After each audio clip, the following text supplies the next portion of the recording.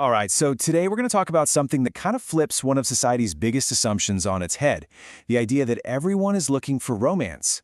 We're pulling our info from a really great piece by Pride Palace to help us break down what it means to be aromantic. So yeah, let's dive right in. Romance is everywhere, right? It's in our movies, our music, our books. It's this huge, powerful story we're all kind of told we're supposed to want. But what if that's not the whole story? What if that kind of love story just isn't for everyone? And that question, right there, is really the core of what we're talking about today. Okay, so first things first, let's get right to the basic definition. What does it actually mean to be aromantic? So, at its heart, the definition is pretty straightforward. An aromantic person is someone who experiences little to no romantic attraction to other people. It's an orientation, just like any other. But the focus here is on the type of attraction someone feels or, in this case, doesn't really feel. Okay, and this is super important to get right. Being aromantic does not mean someone is cold or emotionless or can't love. Aromantic people have incredibly deep, meaningful friendships. They build chosen families, and they form these really strong bonds based on trust and care. The only thing is that romantic element, it just isn't part of the picture for them. And like with so many things about being human, this isn't just a simple yes or no. It's not an on-off switch. It's way more of a spectrum. And this is really key to understanding the whole thing. The Aro spec, which is what you'll hear it called, covers this huge, diverse range of experiences. It's definitely not a one or the other kind of deal. For some folks, feeling romantic attraction might be super rare. For others, maybe it only happens after they've already formed a really deep emotional connection. And it's in that diversity that you find all these different identities. For instance, you have gray romantic. That's for people who are kind of in that gray area, And then there's demi-romantic, which is when that romantic spark might only show up after a really strong emotional bond is already there. And honestly, these are just a couple of examples. There are so many unique identities under that big aromantic umbrella.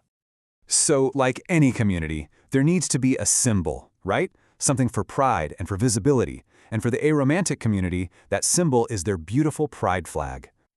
And here it is. It's such a powerful visual reminder that human connection comes in so many different forms, and every single one of them is totally valid. Let's actually break down what these stripes mean, because each color was chosen for a very specific reason. Okay, so each color on this flag tells a piece of the story. The dark green, that's there to represent aromanticism itself. It's the opposite of red, which we always associate with romance.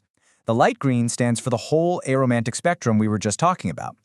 Then you've got white, which represents platonic love and friendship, so important.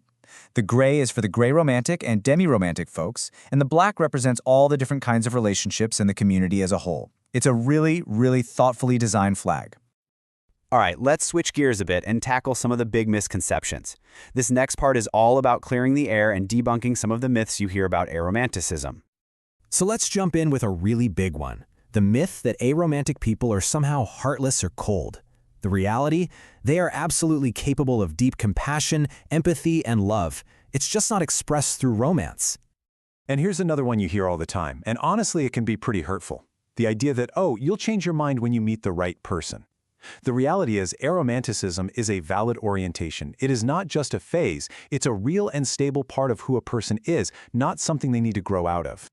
And for our last myth, let's talk about the idea that being aromantic means you're destined to be alone. That couldn't be further from the truth. The reality is that aromantic people build these incredibly meaningful, fulfilling partnerships. These connections are built on things like friendship, mutual respect, and shared goals. The stuff that's the foundation of any strong relationship, romantic or not. Okay, so after all that, what's the big takeaway? What does all this mean for how we think about human connection in general? Let's kind of zoom out for a second and look at the bigger picture. When we take the time to understand aromanticism, it really invites all of us to see love and connection in a much bigger, more expansive way.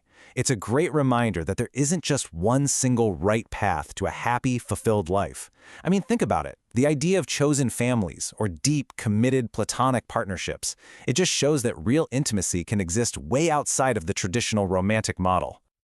And I think this quote from the original article just sums it up perfectly. Fulfillment doesn't rely on romance. It comes from authenticity and community.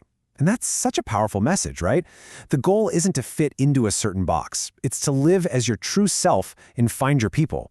And that's a message that's powerful for absolutely everyone, no matter what your orientation is. And all of this kind of leads us to one last big question to think about. See, learning about aromanticism isn't just about one specific identity. It's about opening our minds to the huge, amazing spectrum of human connection. It really pushes us to ask ourselves, how can we all do a better job of celebrating the infinite ways we connect with each other? It's definitely something to chew on. Thanks so much for joining me for this one.